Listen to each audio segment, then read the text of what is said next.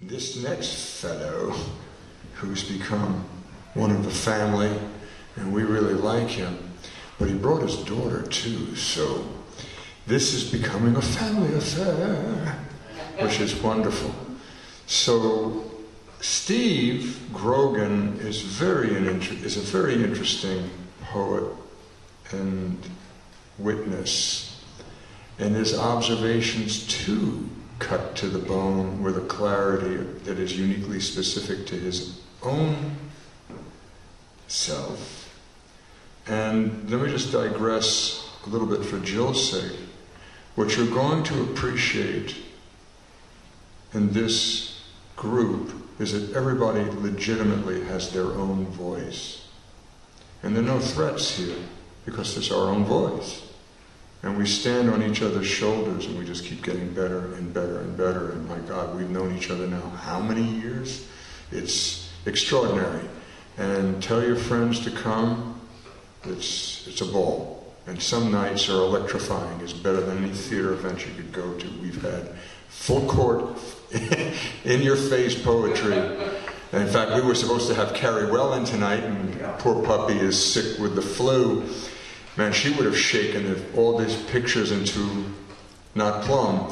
But anyway, getting back to Steve Grogan, well, rather than me gaslight about it, Steve, do it for me.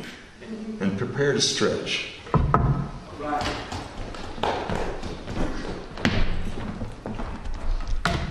Just going to try to memorize this as well as I can.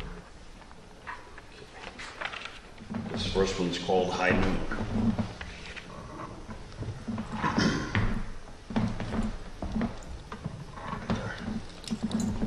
Scent of freshly cut grass permeates through backyards.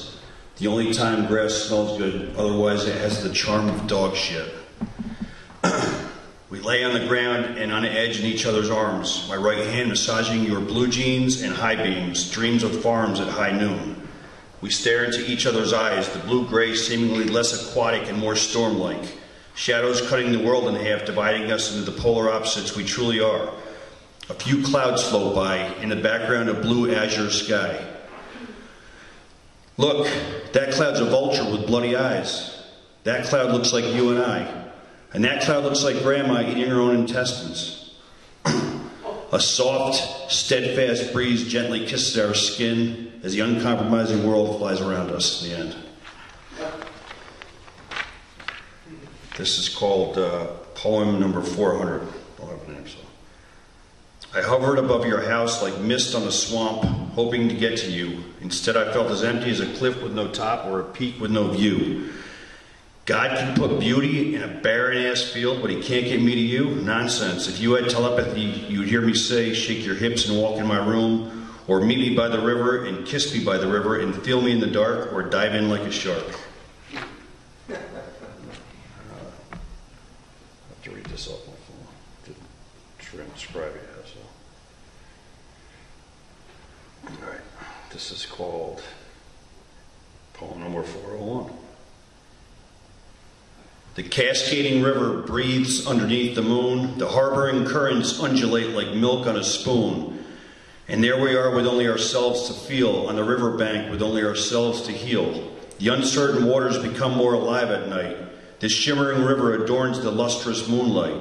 A steady breeze blows cognitive thoughts away.